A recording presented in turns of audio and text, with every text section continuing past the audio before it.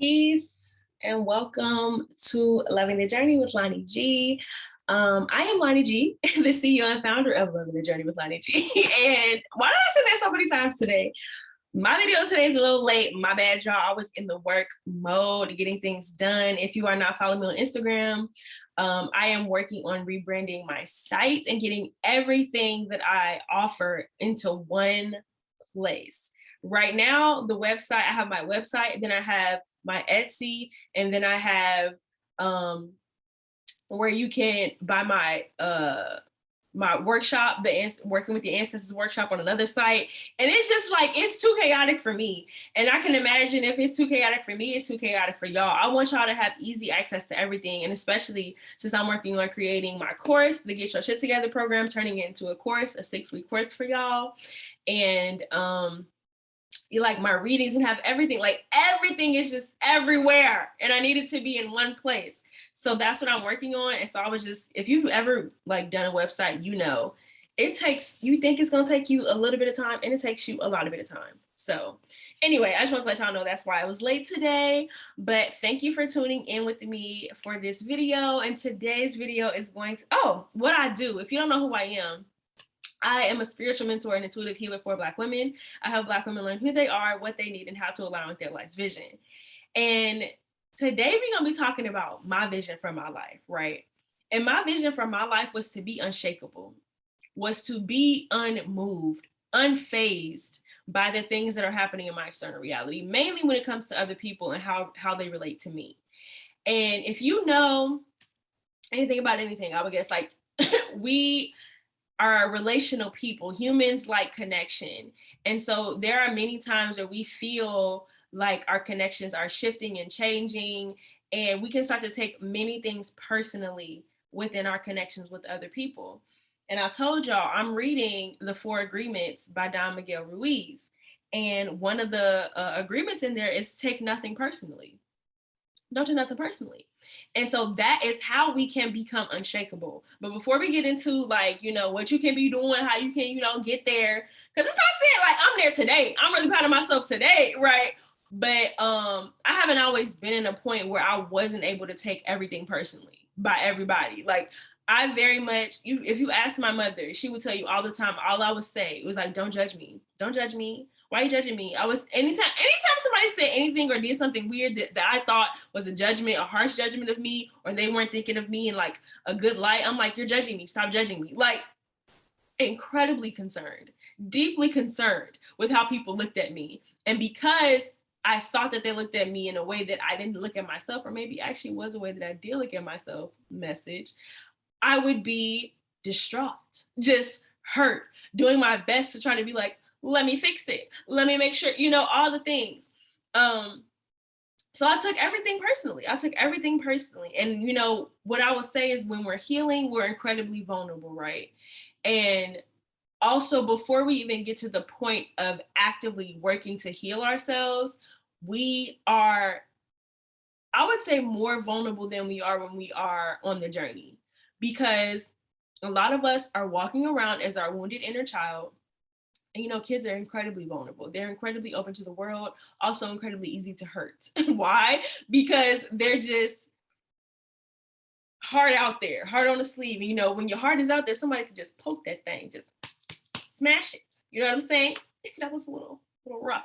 But basically, I'm going back to saying that we're incredibly vulnerable for most of our lives. And when we're vulnerable, we feel like anything is an attack.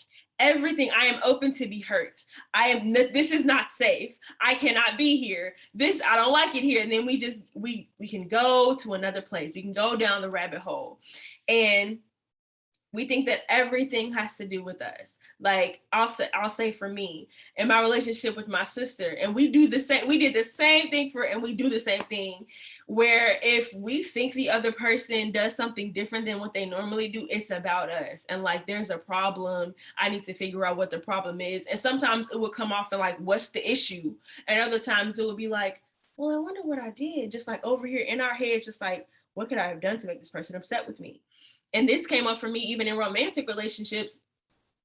If my boo was texting me back in a way they was a little short with a text one time. I'm like, what did I do to make them mad? I must have did something to make them mad, because why are they acting like this? I literally, with my ex, there was, I'm gonna share it. I'm gonna be vulnerable with y'all. I was in a dark place, okay? And I have been in situations where I was talking to people or whatever, and you know the trope, is it the trope? I guess that's the right word for this, where the guys all of a sudden be like, I'm busy right now, right? Out of nowhere. And you're like, they're about to ghost me. Because this is exactly what happens before they ghost. Like, what's going on? And so we were dating for a while. And it was one day where I don't normally call people that I'm dating, because I'm like, well, I want them to call me if they're busy. I don't like rejection. Okay. Vulnerable Lonnie is here to say. Okay. And so this is one day when I got out my bravery to call, and wounded inner child Lonnie, he answered, but then he kind of rushed me off the phone. And I was like, wow, he must want to break up with me. Literally, first thought, he must want this relationship to be over. And I literally text him and I say, if you want to break up with me, don't beat around the bush, just do it. He calls me back. He's like, what are you talking about? Like, what are you talking about? I'm dealing with something right now. Literally, like, his family was in a crisis, and he didn't tell me that because he was literally in the middle of it. And so, because I'm over here taking everything personally, I thought it was all about me. You know how dumb I felt in that moment, how dumb I felt. But it was the confirmation I needed to, again, not take everything personally. It's not about you. It's not about you. I promise you, it's not about you. It's never about you. And one thing that I was reading in this book that he said that kind of shook me was like, even if somebody is actively telling you, you hurt me, it's still not about you. It's about their perceived reality and what they believe is going on and how they feel about what is going on. Now, this is not saying go out there being like a-holes to everybody, but if you know that you are being impeccable with your word, right? You are out here, you know, and operating in a space of love, or, you know, you're just doing the best that you can. Just stop taking stuff personally. And so I would say, as I've reflected on my own reality, I've realized how I've also vilified people and made them to be the villain in my life, made them to be the bad person in my life, when now I have the perspective to know that they were doing the best that they thought they were doing what they thought was the best thing to do. They were protecting themselves. They were doing what they felt served them. And maybe it negatively impacted me, but if I hadn't showed up in a space that was taking it so personally, like they were literally like, F you, Lonnie, which some people were, but not all people. And there were some people in my life that I literally was like, they got it out for me. They go to bed thinking about how they gonna beat me up tomorrow energetically. Like, and it's not that serious. There are not people that are that concerned about you. They're just not. They're just not. Because if you even think about your own life, if you're not out here trying to, you know, put hexes on people, you are very self-absorbed. You are very much in your own world. You are very much thinking about everything that you have going on. So think about how much time you have to put energy into making somebody feel like they're the problem. Is this making sense? So now I would say I'm less likely to be moved by the actions of other people. Not saying I don't feel a way when things happen, because I am a human. Okay, I have emotions and those things are going to happen naturally, but I'm less likely to go down the rabbit hole and engage with that energy that I feel like is being projected onto me. Okay, I'm less likely to go back and forth to give a tit for tat, because I'm thinking that this is like an issue, because it's not an issue. It's they're going through something. And they could not be going through anything, but it's not about me. And so I can go on about my day and be like, cool, you know, and it's not that big of a deal. And so your call to action on today is to take a look at one instance that happened recently for you that has to do with the person, something that somebody did or said that sent you to a place, either made you very angry, it triggered you essentially, made you very angry, made you very sad, or your response was deep anger or sadness, or, you know, whatever. It took you to a place. And I want you to ask yourself, what is yours and what is theirs? Because I really think if you give yourself some time to process it, you'll know that all of it is not on you. And we have a tendency to take everything personally. And what that does is we take the weight of everything. It's somehow my fault. I did something wrong. And we are just victims. I saw a mosquito. I don't understand. But we bear the weight. And this, when I see this within people, within myself, within my clients, it is very clear to me, there is some inner child healing that needs to go on there. Because as children, we take the weight. We think it's our fault.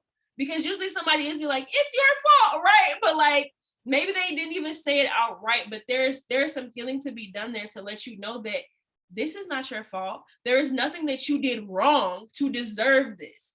That is what it goes back down to. We somehow are feeling deserving of punishment.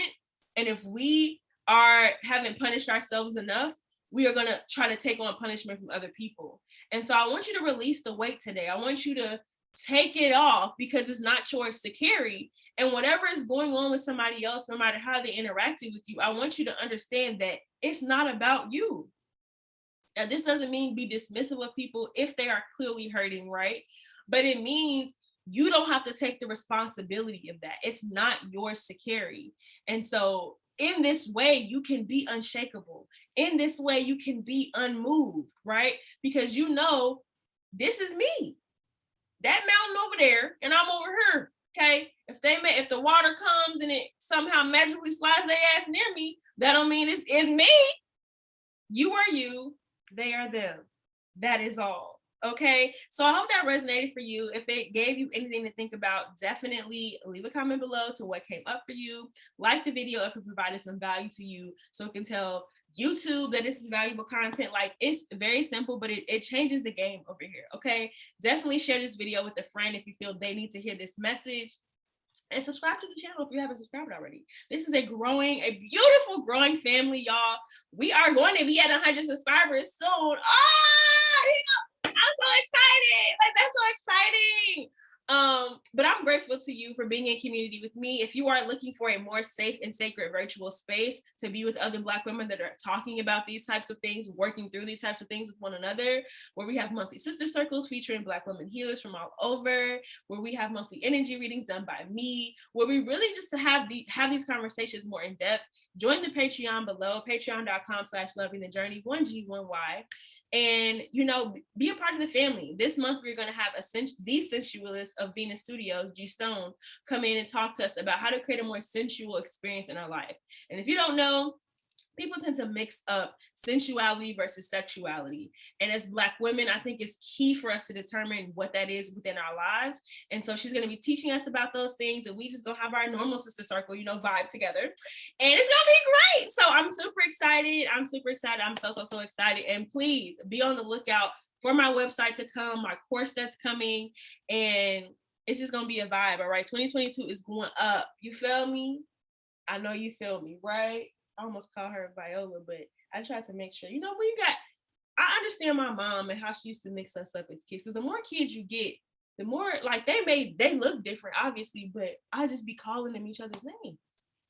This is clearly Yvonne, but sometimes you want to call her Viola. I don't know why, you know? But again, thank you. I'm sending you so much peace and so much love. I appreciate you sharing your valuable time with me, and I will see you on these internets tomorrow.